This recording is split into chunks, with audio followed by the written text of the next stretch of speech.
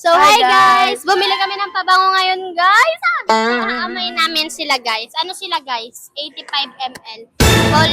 Oil-based din sila. Kaya matagal talaga sila, guys. So, tara na. Ito, Amoy guys. namin sila, guys. Ano to, guys? Anong tawag dyan? Balaya. Yan. Ito naman, guys. Q melon. Sabi mo cucumber. Sama na. So, ito talaga, guys, lagi kong ginagamit. Tapos, lagi akong kina-compliment ng mga nakasalubong ko. Bango ko daw. Ano pa bango ko? Ginagate ko to eh. So, ayan na, guys. So, ito talaga yung... Bango! Ano yun? So, ito na, guys. Sunod naman. Bango. O, tayo na, tayo na. Ito gift favorite namin ni Mama to, guys. Ito yung gamit ano guys, dati ni Mama nung nagtatrabaho pa siya, guys. Kaya ang bango talaga dati ni Mama eh. Dating ano.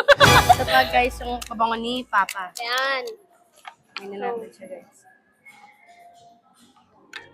Ayun naman dati. Oo, ang bango, guys. Pwede na maging amoy pang mayaman.